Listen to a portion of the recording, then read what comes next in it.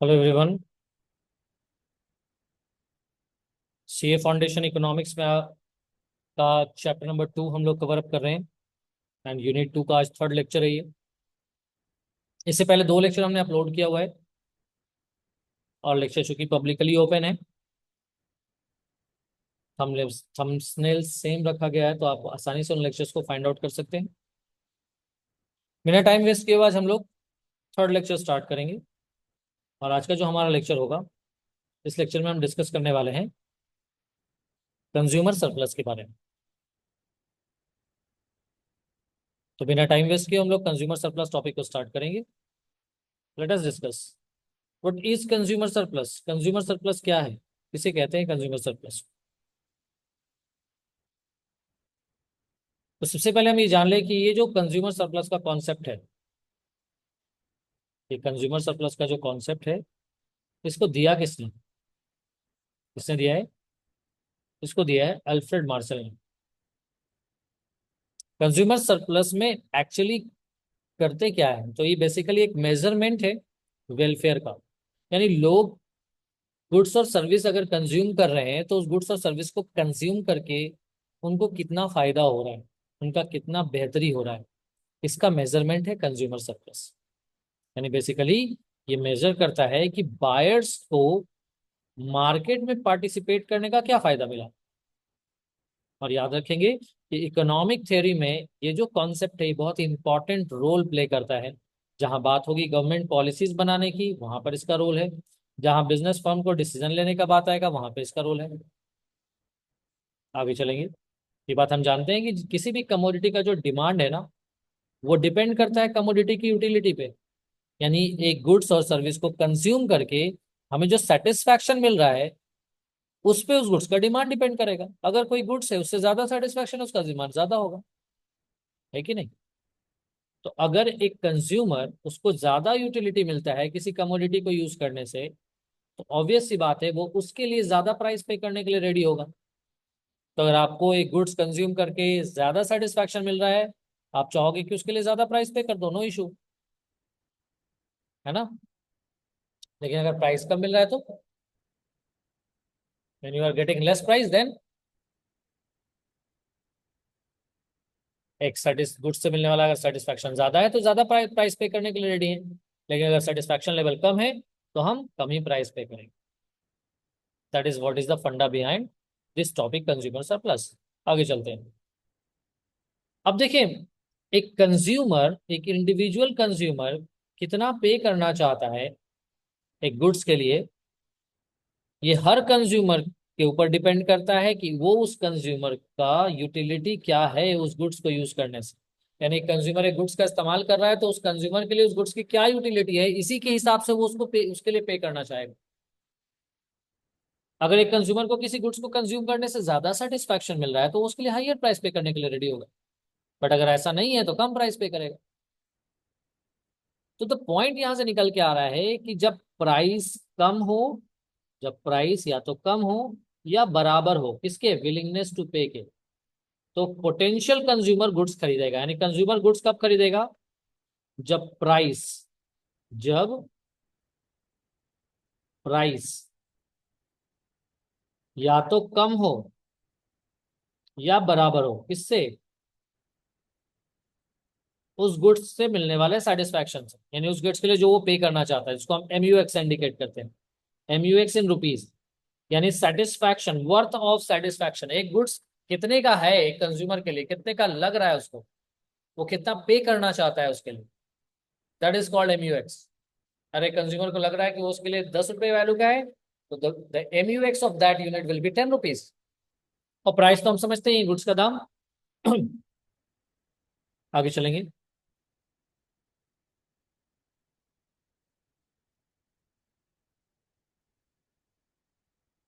तो ये जो हमने डिस्कशन किया, ये बहुत ही बेसिक नॉलेज है।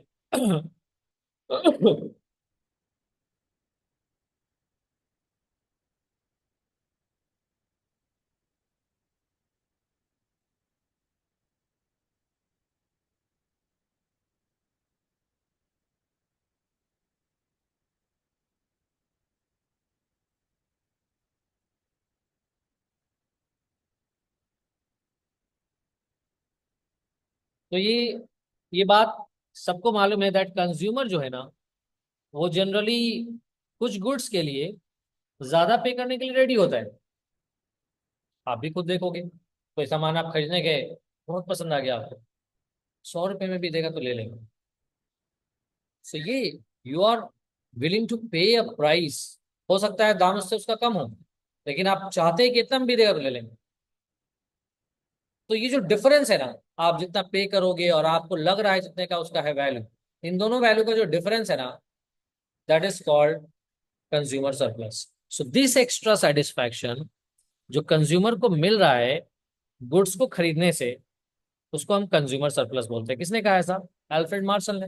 आप एक गुड्स खरीदने गए और आपको लग रहा है ये गुड्स 100 रुपये में मिलना चाहिए, 100 रुपये में भी देगा तो ले लोगे, बट वो गुड्स मिल रहा है 80 रुपये में, तो आपका सरप्लस कितना हो गया? पहला यूनिट खरीदने का सरप्लस हो गया 20 रुपये। तो कंज्यूमर सरप्लस का डेफिनेशन आ गया।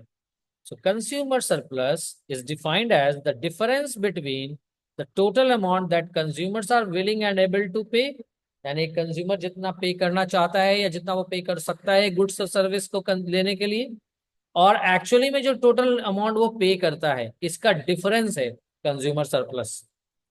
अच्छा, कितना पे करना चाहता है एक कंज्यूमर गुड्स के लिए, ये उसके, यही चीज उसका डिमांड कर्व डिसाइड करती है। और एक्चुअली में उसको पे कितना करना पड़ रहा है, ये मार्केट प्राइस उस गुड्स का। तो आई होप कि कंज्यूमर सरप्लस आप समझ गए होंगे। कंज्यूमर सरप्लस क्या है? This is the excess of the price which a consumer would be willing to pay rather than go without a thing over that which he actually does pay is called consumer surplus। मतलब extra price जो आप उसको उसके लिए पे करना चाहते हो, यानी इस गुड्स को छोड़ना नहीं चाह रहे हो, उसको खरीदना ही चाहते हो, और उसके लिए आप एक्स्ट्रा प्राइस भी पे करने के लिए रेडी हो, that extra amount that you are paying is known as consumer surplus. So what a consumer is ready to pay minus what he actually pays is actually consumer surplus. यहाँ पे एक table देखिए, इस table से समझते हैं। एक consumer का ये, एक कंज्यूमर है, उसका कंज्यूमर सरप्लस निकालेंगे। वो कंज्यूमर जब उसका एक गुड्स है उसका पहला यूनिट खरीदना चाहता है, तो उससे उसको 30 रुपए के बराबर सेटिस्फेक्शन हासिल होना, यानी उसको उसके लिए उस गुड्स का वैल्यू है 30 रुपए। दूसरा यूनिट अगर खरीदता है वो, तो उसके लिए उसका वैल्यू हो जाता है 28 रुपए। से कम क्यों रहा है?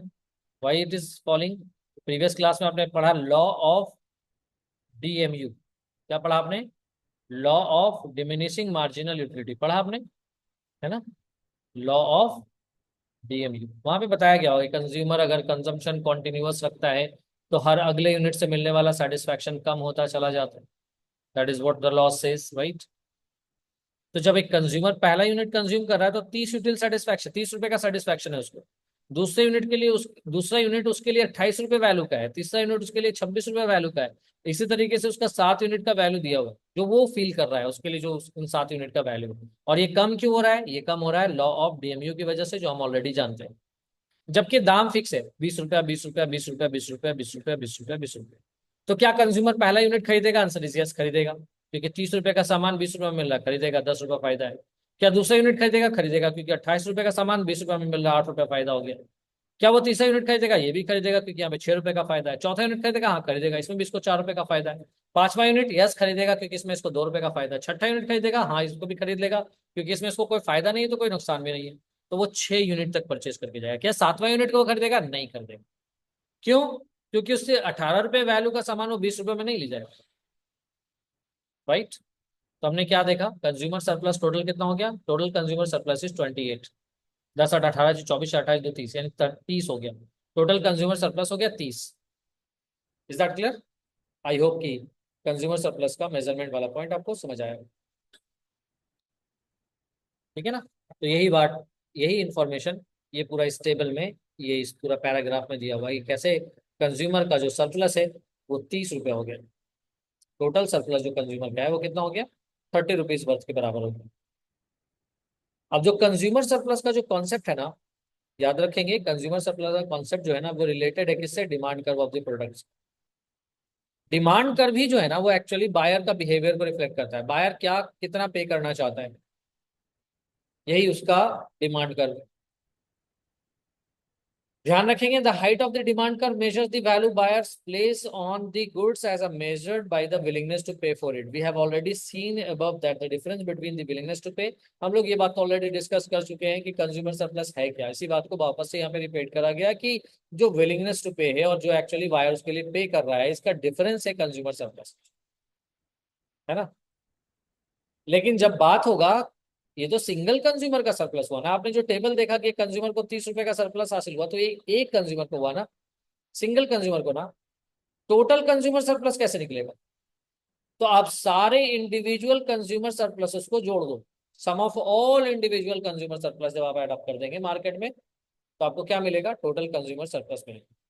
यानी अगर कहा जाए तो आप मार्केट डिमांड कर्व ले लो, मार्केट डिमांड कर्व में प्राइस से ऊपर, प्राइस के ऊपर जो कर्व है उसके अंदर का टोटल एरिया ले लो।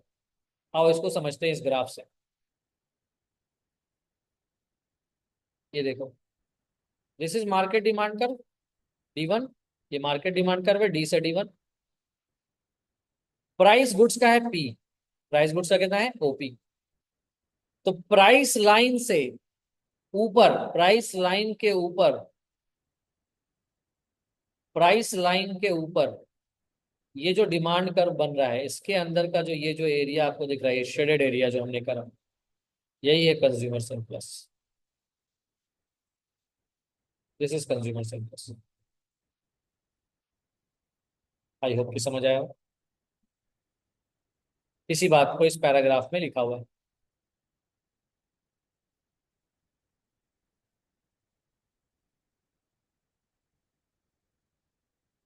तो कंज्यूमर सरप्लस को यहाँ पे ग्राफ के जरिए दिखाया गया है, और कंज्यूमर सरप्लस को ये जो ग्राफ के जरिए दिखाया गया वो यहाँ है। एक कंज्यूमर का सरप्लस ये है। अब देखो, प्राइस मान लो प्रोडक्ट का नीचे हो जाएगा, पहले प्राइस था OP, अभी प्राइस हो गया OP1, लोअर हो गया ना प्राइस। तो जैसे ही लोअर होगा तो डिमांड यहाँ पहुंच जाएगा, पहले ई पे पॉइंट पे डिमांड था, अभी F पॉइंट पे डिमांड पहुंच जाएगा। तो जैसे ही डिमांड F पॉइंट पे पहुंच गया तो कंज्यूमर सरप्लस बड़ा हो जाएगा। Is that clear? Consumer plus will surplus will be higher. तो अगर प्राइस, इसका मतलब क्या लगा? इसका मतलब ये लगा कि the A higher price results in, अगर प्राइस ज्यादा हो जाए, अगर प्राइस ज्यादा हो जाए तो कंज्यूमर सरप्लस छोटा हो जाएगा। तो जब प्राइस देखो OP था तो कंज्यूमर सरप्लस बस इतना ही था, लेकिन जैसे ही प्राइस जब OP1 पे गया तो कंज्यूमर सरप्लस यहां तक आ गया, बड़ा हो गया, राइट। तो लोअर प्राइस पे लार्जर कंज्यूमर सरप्लस होगा और हाइयर प्राइस पे लोअर कंज्यूमर सरप्लस होगा। यानी प्राइस के अपोजिट है कंज्यूमर सरप्लस, ये बात ध्यान में रखेंगे आप। Is that clear? तो रिजल्ट क्या निकला कि अगर प्राइस, प्राइस अगर P से P1 तक बढ़ गया तो कंज्यूमर सरप्लस APE से AP1F तक पहुंच जाएगा, APE से AP1F तक पहुंच जाएगा। यानी छोटे ट्राइंगल से बड़े ट्राइंगल तक आ गया। यही बात यहाँ पे मेंशन है। अब देखो, जो कंज्यूमर सरप्लस इंक्रीज हुआ है ना, इसका दो कंपोनेंट है। पहला ये कि जो increase in consumer surplus of existing buyers who are earlier paying price P, पहले तो एग्जिस्टिंग बायर जो है वो P प्राइस पे गुड्स को खरीद रहा था, वो हो गया। और दूसरा ये कि कंज्यूमर सरप्लस जो है अब नए बायर को भी ऐड कर लेगा। क्यों ऐड करेगा? क्योंकि बहुत सारे बायर उस गुड्स को इसलिए नहीं खरीद रहे थे क्योंकि उसके लिए उसका वैल्यू कम था। जरूरी नहीं कि एक गुड्स आपके लिए 100 रुपए का वैल्यू है तो सबके लिए 100 रुपए ही वैल्यू रखे, किसी के लिए 90 रुपए रख सकता है, किसी के लिए 80 रुपए रख दो। तो जब 100 रुपए था तो तुम सिर्फ खरीदे, लेकिन जब 80 रुपए आया तो तुम्हारे साथ साथ तुम्हारा फ्रेंड भी खरीद लिया, क्योंकि उसके लिए उसका वर्थ 80 रुपए ही था।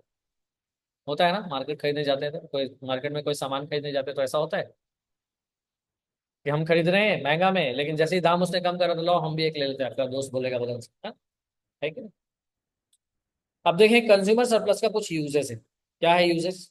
पहला एग्जांपल, पहला तो आपको पता होना चाहिए consumer surplus welfare of the people, लोगों को गुड्स कंज्यूम करने से क्या फायदा मिला है, क्या बेनिफिट मिला है, क्या वेलफेयर उनका हुआ है, ये कंज्यूमर सरप्लस से पता लग जाएगा।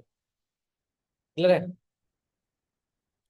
अब जिन कंज्यूमर का सरप्लस लार्ज है वो ज्यादा ज्यादा बार उन चीजों को परचेजेस करेंगे। मतलब एक गुड्स तुम खरीद रहे हो 10 रुपए का, तुमको लग रहा है 8 रुपया मिल रहा है, यू विल परचेज रिपीटेडली, आप बार बार उन गुड्स को खरीदना चाहोगे।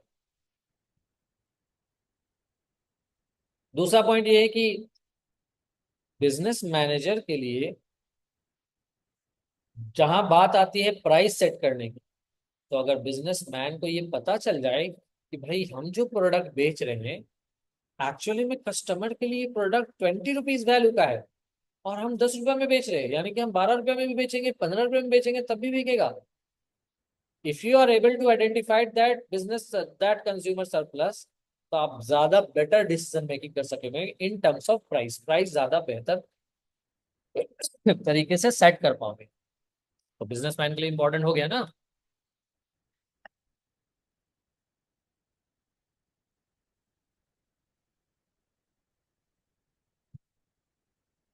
अब देखिए, अगर आपके बिजनेस में ये पता लग जाए कि कुछ कंज्यूमर ऐसे हैं जो कम प्राइस पे खरीदना चाह रहे हो, कुछ कंज्यूमर है जो ज्यादा प्राइस पे खरीदना चाहते हैं, यानी दो दो कंज्यूमर आपका है, दो ग्रुप ऑफ कंज्यूमर है, मतलब सेम प्रोडक्ट का दो ग्रुप ऑफ कंज्यूमर है, एक हायर प्राइस पे करने के लिए रेडी है और एक लोअर प्राइस पे खरीदने के लिए रेडी।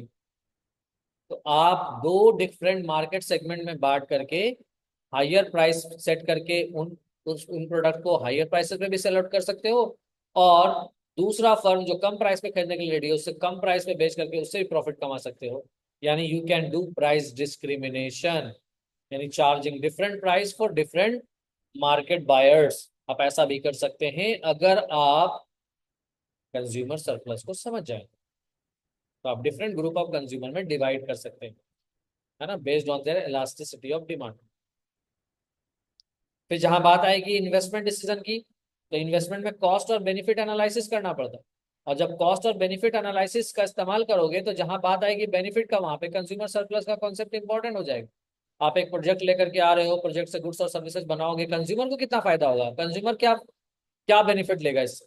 जो गुड्स कंज्यूमर को मिलेगा अभी कितने में मिल रहा है, हम जब लॉन्च करेंगे तो कितना प्राइस पे आ जाएगा। एक गुड्स कंज्यूमर खरीद रहा है, महंगा खरीद रहा है, 200 रुपये भी खरीद रहा है, और उस गुड्स को बन के आ रहा है 20-30 रुपये में, अगर हम उस गुड्स को यहाँ बना करके बेच लें 100 रुपये 150 रुपये में बेच लें, तो भी कंज्यूमर का तो बेनिफिट होगा। तो ये लार्ज स्केल इन्वेस्टमेंट डिसीजन में कंज्यूमर सरप्लस हेल्प करता है। नॉलेज ऑफ कंज्यूमर सरप्लस इसलिए भी इंपॉर्टेंट हो जाता है क्योंकि एक फर्म जो है ना अपना प्रोडक्ट बढ़ाना चाहती है, बढ़ाए कि ना बढ़ाए, ये कहाँ से डिटरमाइन है। तो आपने पढ़ा कि विलिंगनेस और प्राइस पेमेंट, हम कितना पे करना चाहते हैं और हम कितना पे कर रहे हैं, ये दोनों कोइंसाइड करेगा तब तक कंज्यूमर खरीदेगा। ठीक है ना। तो अगर मान लो तुम्हारा प्राइस अभी बहुत लोअर है तो तुम थोड़ा प्राइस बढ़ा सकते हो, तो ये पता कैसे चलेगा, ये आपको पता चलेगा कंज्यूमर सरप्लस। ठीक है। तो अगर मान लो कंज्यूमर सरप्लस पहले ही थोड़ा है, अभी पहले से ही कंज्यूमर को थोड़ा ही बेनिफिट मिल रहा है, तो अगर तुम प्राइस बढ़ाओगे तो जाहिर सी बात है मार्केट डाउन हो जाएगा, तुम्हारा सेल्स घट जाएगा। फिर जहां बात आएगी फाइनेंस मिनिस्टर की, तो उनको डिसाइड करना होता है कि भाई कितना टैक्स इंपोज करें, जीएसटी कितना लगाएं। और ये जीएसटी लगाने के बाद आपको पता होना चाहिए कॉस्ट बढ़ जाता है प्रोडक्ट का, when GST is charge on a goods और services, the cost of the goods goes on, है ना, बढ़ जाता है गुड्स और सर्विस का प्राइस। प्राइस बढ़ जाएगा, प्राइस बढ़ेगा तो ऑब्वियस सी बात है, प्राइस बढ़ने पे आपने देखा कि कैसे प्राइस बढ़ता है तो कंज्यूमर सरप्लस कम हो जाता है। प्राइस बढ़ने पे कंज्यूमर सरप्लस कम होता है, प्राइस घटने पे कंज्यूमर सरप्लस बढ़ता है। This is just opposite reaction is there. तो अगर गुड्स ऐसा है जो हाई कंज्यूमर सरप्लस शो कर रहा है, तो वहां गवर्नमेंट टैक्स बढ़ा देगी, क्योंकि वहां पे जो सिटीजन्स का जो वेलफेयर है वो मिनिमम होगा।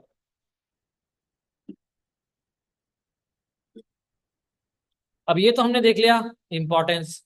What are the limitations. सबसे पहला लिमिटेशन ये है कि कंज्यूमर सरप्लस एक हिपोथेटिकल और इल्यूजनरी कॉन्सेप्ट है।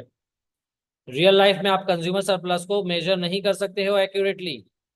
तुम ये नहीं बोल सकते कि एग्जैक्टली कि ये दाम, ये गुड्स का दाम 100 रुपया होगा तो हम एग्जैक्टली उसका 100 रुपया ही होना चाहिए, 50 रुपया ही होना चाहिए। It's not easy to figure that amount, ये गुड्स का एग्जैक्ट वैल्यू क्या होना चाहिए, कई बार हमको पता भी नहीं होता कितना में होना चाहिए, कितना का हो सकता है। Such kind of questions comes in our mind.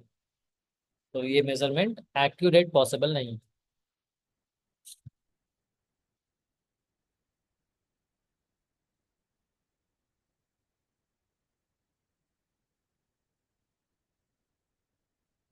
तो पता ये लगा कि जो कंज्यूमर सरप्लस है उसको हम प्रिसाइजली मेजर नहीं कर सकते। क्यों नहीं कर सकते?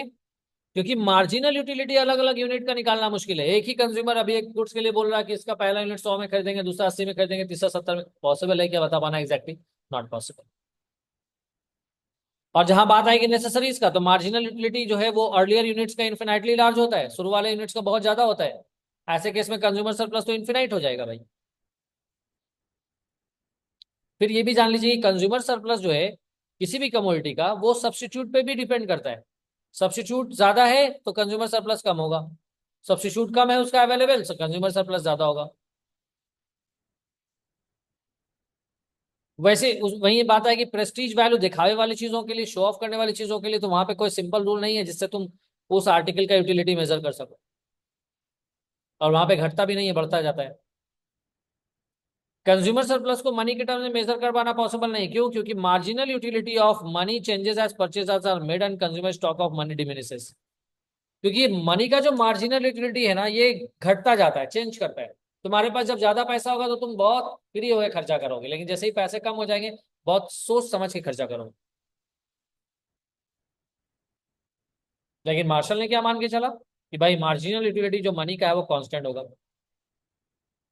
तो ये जो एजम्पशन है ना, ये एक एजम्पशन है, रियल सिचुएशन तो है नहीं, अनरियलिस्टिक सिचुएशन है, एजम्पशन हो गया ये कि marginal utility of money constant होता नहीं है ऐसा। अब ये जो कॉन्सेप्ट है तभी एक्सेप्ट हो सकता है अगर ये मान लिया जाए कि यूटिलिटी को हम मेजर कर सकते हैं मनी में या किसी और टर्म में। और आज के डेट में बहुत सारे अर्थशास्त्री कहते हैं कि ये पॉसिबल ही नहीं, मेजर कर पाना पॉसिबल नहीं। और यहीं से हमारा सेकंड कॉन्सेप्ट आता है जिसको हम बोलते हैं इनडिफरेंस कर्व एनालिसिस। कि भाई हम एग्जैक्टली नहीं बता सकते कि पहला यूनिट खरीद के कितना सेटिस्फैक्शन मिला, दूसरा कितना सेटिस्फैक्शन मिला। इट्स वेरी डिफिकल्ट टू से। या जहां कंपैरिजन की बात आती है तो it is very difficult to say कि कौन ज्यादा कौन कम सेटिस्फैक्शन देगा। तो इस सिचुएशन का अल्टरनेटिव बनता है इंडिफरेंस कर्व। यानी कंज्यूमर डिमांड को ऑर्डिनल बेसिस पे एक्सप्लेन करना। कार्डिनल मेजरमेंट था जो अभी हम लोगों ने पढ़ा कि हम सेटिस्फैक्शन को मनी के टर्म्स में मेजर कर सकते हैं। This was the cardinal measurement approach. Ordinal measurement approach क्या है इंडिफरेंस कर्व का? तो कहते हैं कि भाई ये कंज्यूमर के बिहेवियर पे शो करेगा, कंज्यूमर के प्रेफरेंस पे शो करेगा। क्या? क्योंकि यहाँ पे ये मानना है कि ह्यूमन सेटिस्फैक्शन एक साइकोलॉजिकल फेनोमेना है, ये हम माइंड में परसीव करते हैं। इसको हम मेजर कैसे कर लेंगे? जो चीज हम फील करते हैं, एक्सपीरियंस करते हैं, उसको मेजर कैसे कर सकते हैं? It's difficult to measure. तो हो गया ना ये मार्शल यूटिलिटी के एनालिसिस के जस्ट अपोजिट। मार्शल ने तो कहा था कि हम मेजर कर सकते हैं, कॉन्सेप्ट भी दिया। लेकिन यहाँ पे कहा जा रहा है कि नहीं भाई, इंडिफरेंस कर्व कह रहा है कि ये जो कॉन्सेप्ट है ये ऑर्डिनल कॉन्सेप्ट है। बोला मेजर तो नहीं कर सकते, हम बस इतना बोल सकते हैं कौन अच्छा है कौन खराब है, which one is better, which one is not. तो साइंटिफिकली ये ज्यादा सही है कि हम ऑर्डर ऑफ प्रेफरेंस सेट करें, ऑर्डर ऑफ प्रेफरेंस सेट करें rather than valuing it in terms of money. तो यहां से ऑर्डिनल कॉन्सेप्ट का जन्म हुआ है। अब देखो इंडिफरेंस कर्व अप्रोच क्या है, इस अप्रोच का फाउंडेशन बिहेवियर क्या है? The foundation of consumer behavior theory is the assumption that the consumer knows his own taste and preference and possesses full information about all the relevant aspect of economic environment in which he lives. अभी consumer का ये जो behaviour theory है ये इस assumption पे depend कर रहा है कि कंज्यूमर को पता है कि उसका टेस्ट क्या है, वो क्या चाहता है, उसका प्रेफरेंस क्या है ना, उसके पास फुल इंफॉर्मेशन है कि नहीं है, उसके पास उसका इकोनॉमिक इन्वायरमेंट का उसके पास सारा इंफॉर्मेशन मालूम है कि नहीं है। ये एजम्पशन है सारा कि कंज्यूमर को अपना टेस्ट पता है, प्रेफरेंस पता है, पूरा इंफॉर्मेशन है, सारे इकोनॉमिक एनवायरनमेंट के बारे में वो जानता है। कौन कौन से अप्रोच में ये assumption है? इंडिफरेंस कर्व में।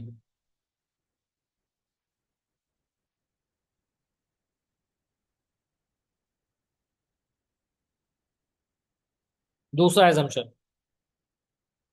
कंज्यूमर राशनल है, लॉजिकल है, सोच समझ के डिसीजन लेता है। है ना। अगर दो ऑप्शन दिया जाए, दो बंडल उसको दिया जाए, तो कौन सा वो खरीदेगा कौन सा नहीं खरीदेगा, बहुत सोच समझ के वो डिसीजन लेता है, ऐसे ही नहीं ले लेता। बात समझ आ रहा है। सो ये नेक्स्ट अजम्पशन हुआ कि कंज्यूमर राशनल है, सोच समझ कर डिसीजन लेता है, लॉजिकली डिसीजन लेता है। वहीं इंडिफरेंस कर्व एनालिसिस ये अज्यूम करता है that utility is not ordinarily expressible, the consumer is capable of ranking all conceivable combination of goods according to the satisfaction they yield. तो इंडिफरेंस कर्व एनालिसिस में ये मान के चला जा रहा है कि ऑर्डिनली एक्सप्रेस करना गुड्स के लिए पॉसिबल है, यानी हम रैंकिंग दे सकते हैं। अगर मेरे पास 5 बंडल हो A B C D E, तो हम बोल सकते हैं कि ए अच्छा है बी से, हम ये बोल सकते हैं कि बी अच्छा है ए से, हम ये कह सकते हैं कि ए अच्छा है सी से, है ना। लेकिन ये नहीं बता सकते हैं कि ए कितना अच्छा है ए से, that is not possible. A can not quantitatively tell how much he prefers A to B. ये अच्छा है बी से, एक bundle, bundle A is better than B, ये कह सकते हैं। कितना बेटर है it's difficult to say. B better है सी से कह सकते हैं, तो कितना कितना बेटर है ये कहना मुश्किल। फिर ये अजम्पशन है कि कंज्यूमर चॉइस जो है ट्रांजिटिव है, मतलब ये कि अगर ए बी से अच्छा है और बी सी से अच्छा है, तो ये मान लिया जाएगा कि ए सी से भी अच्छा है, यानी कंसिस्टेंट कंजम्पशन पैटर्न होना चाहिए। और अगर ए में कंजम्पशन ऑफ कमोडिटीज का तादाद ज्यादा है बी कॉम्बिनेशन के कंपैरिजन में, तो लोग ए को खरीदेंगे बी को नहीं। इसको कहा जाता है more is better, more is merrier, है ना, ये कॉन्सेप्ट है। अब अब हम लोग जानेंगे इंडिफरेंस कर्व के बारे में। What is indifference curve? दिया किसने भाई? हिक्स और एलन ने। यानी ऑर्डिनल एनालिसिस ऑफ डिमांड जो है ना, इसको डिस्कस किया हिक्स और एलन ने, और इसी में इंडिफरेंस कर्व का डिस्कशन हुआ है। इंडिफरेंस कर्व है क्या? ये कर्व है जो रिप्रेजेंट कर रहा है कंज्यूमर के प्रेफरेंस को, यानी कंज्यूमर को क्या पसंद है क्या नहीं, उसको अगर हम ग्राफ में रिप्रेजेंट करेंगे दैट इज इंडिफरेंस कर्व। तो एन इनडिफरेंस, देखो यहां से डेफिनेशन आ रहा है, नोट कर लेना। An indifference curve is a curve which represents all those combination of two goods which give same satisfaction to the consumer. क्या मतलब? इंडिफरेंस कर्व एक ग्राफ है, और एक ग्राफ आपको पता है एक सिंगल पॉइंट से तो मिलके बनता नहीं, देयर आर वेरियस पॉइंट। और जब हम बात करेंगे ग्राफ को ड्रॉ करने का, तो टू डायमेंशन होता है ग्राफ का। मतलब ये है कि हम इंडिफरेंस कर्व जब ड्रॉ करेंगे तो दो गुड्स के लिए करेंगे, तो दो गुड्स का वो सारा कॉम्बिनेशन जिसमें सेटिस्फैक्शन लेवल सेम हो, ऐसे सारे कॉम्बिनेशन को तुम जब ग्राफ में रिप्रेजेंट करोगे दैट इज इंडिफरेंस कर्व। बात समझ आ गया? So indifference curve is a graphical presentation of indifference curve is a graphical presentation of all those combination of two goods that gives the customer same satisfaction level। तो दो goods का combination, ऐसा combination आप लो जिसमें तो है तो different different combination, but सारे कॉम्बिनेशन पे सेटिस्फैक्शन लेवल सेम हो जाए। मतलब ऐसा हो कि मान लो तुम्हारे पास A B C D E 5 different combination है, और तुम डिसाइड ही नहीं कर पा रहे हो कि ए कॉम्बिनेशन चूज करें, बी चूज करें, सी करें, डी करें, ई करें। क्यों? क्योंकि सेटिस्फैक्शन तुमको सब में सेम मिल रहा है, सब में बराबर मिल रहा है। So all the combination are giving you same satisfaction level. Is that clear?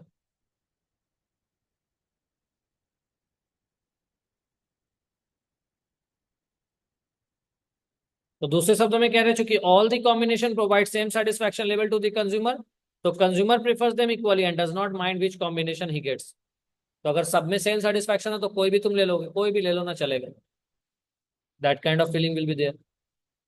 इसीलिए इंडिफरेंस कर्व को आइसो यूटिलिटी कर्व भी बोलते हैं, इक्वल यूटिलिटी कर्व भी बोलते हैं। आइसो यूटिलिटी कर्व बोलो या इक्वल यूटिलिटी कर्व बोलो, ये इंडिफरेंस कर्व का दूसरा नाम, याद रखिएगा। ऑब्जेक्टिव क्वेश्चन इससे बनता है।